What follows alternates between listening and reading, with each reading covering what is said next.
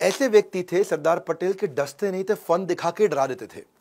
जोधपुर जूनागढ़ में बड़ी दिक्कत आई। जोधपुर के राजा थे वो सारी 22 की 22 रियासतें, पूरे राजस्थान की, ग्रेटर राजस्थान की, वो जोधपुर से इन्फ्लुएंस थी क्योंकि जोधपुर बहुत बड़ा था। और वहां के जो राजा हनवंत सिंह थे 1947 में वो धौलपुर के महाराज नवाब की मदद से, जो भोपाल वाले थे, उनकी मदद से जाके जिन्ना से मिले और जिन्ना के साथ उन्होंने नेगोशिएशन कर लिया।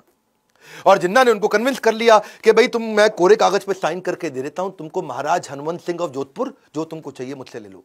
और डिसीजन ये हो गया कि कराची का बंदरगाह की सुविधा दे देंगे आपको, रेलवे के आने जाने की सुविधा दे देंगे, अनाज और शस्त्रों के इंपोर्ट एक्सपोर्ट की पूरी सुविधा दे देंगे। तो इनको इतना कंफर्ट आ गया, बोले हम तो जा रहे हैं पाकिस्तान में। और जोधपुर के इन्फ्लुएंस के चक्कर में राजस्थान की जो बाकी 21 रियासतें थी वो भी जोधपुर के पीछे पीछे चलती थी। उन्होंने भारत के साथ जुड़ने को मना कर दिया। सरदार पटेल के लिए बहुत दिक्कत आ गई। सरदार पटेल ने जो वीपी मेनन, ये वीपी मेनन पे एक वीडियो बनाना बनता है, बहुत जबरदस्त आदमी थे उनके टाइम के, उन्होंने इसको भेजा कि जाओ भैया तुम जोधपुर के महाराज से जाके मिलो और उनको बोलो इंस्ट्रूमेंट ऑफ एक्सेशन पे साइन कर दो, तुम भारत के साथ ही रहने वाले हो। जाके वहां वीपी मेनन पहुंचे तो जोधपुर के महाराजा ने रिवॉल्वर लगा दी उसके गले पे, बोला तुझको तो खत्म कर दूंगा। बेचारा वीपी मेनन वापस आया, समझ में आया इनको कि भाई सरदार पटेल को सुनने नहीं वाला। तो मैंने बताया ना, ये फन दिखा के डराते थे। इन्होंने जोधपुर के राजा को बोला दिल्ली आओ मुझसे मिलने के लिए।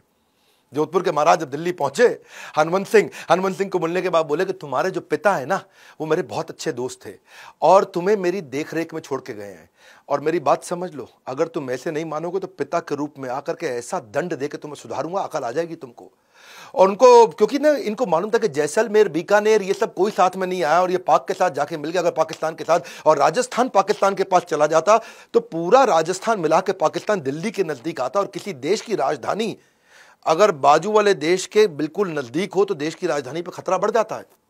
तो इन्होंने उनको समझाया जोधपुर के राजा को, भाई मेरी बात सुन, तेरे जो जनता है ना वो तेरा साथ नहीं देगी, सारी जनता तेरी हिंदू है, और पाकिस्तान के साथ जबरदस्ती जोड़ा तो जनता समेत मैं तेरे खिलाफ खड़ा हो जाऊंगा, खत्म कर दूंगा।